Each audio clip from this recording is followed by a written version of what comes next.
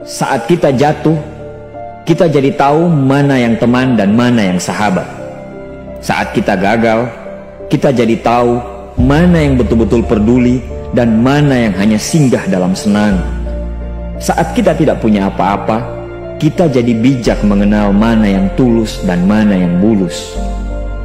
Saat kamu sukses, kaya, dan lagi di atas dalam proses kehidupan, semua orang akan memuji, semua orang akan menyanjung, bahkan semua orang akan mengaku kalau dia ikut berperan dalam suksesmu.